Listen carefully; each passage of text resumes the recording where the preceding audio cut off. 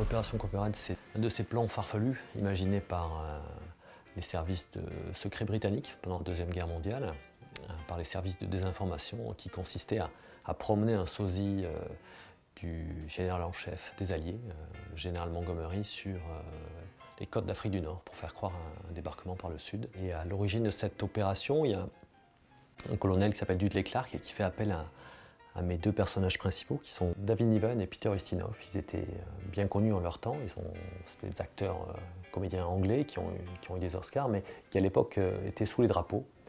Niven était officier et Ustinov était sous ses ordres.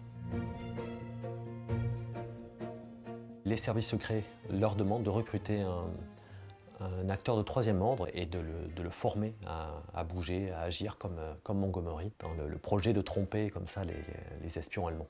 Et c'est le cœur de mon histoire, c'est un fait tout à fait réel. Je raconte les difficultés à former un acteur finalement, et c'est une bande dessinée, c'est une histoire de guerre, une histoire d'espionnage, mais c'est une histoire de théâtre, une histoire de cinéma, il y a même un peu d'amour.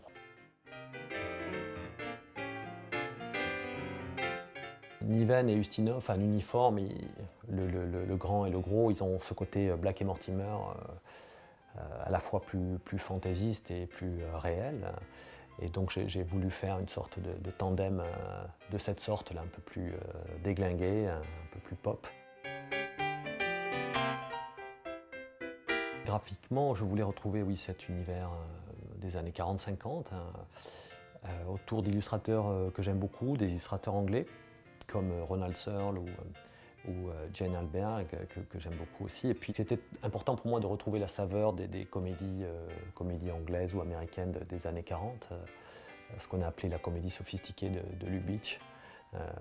Retrouver ça, l'adapter à la bande dessinée, essayer de retrouver le ton humoristique des mémoires des uns et des autres, c'était quelque chose d'essentiel pour moi.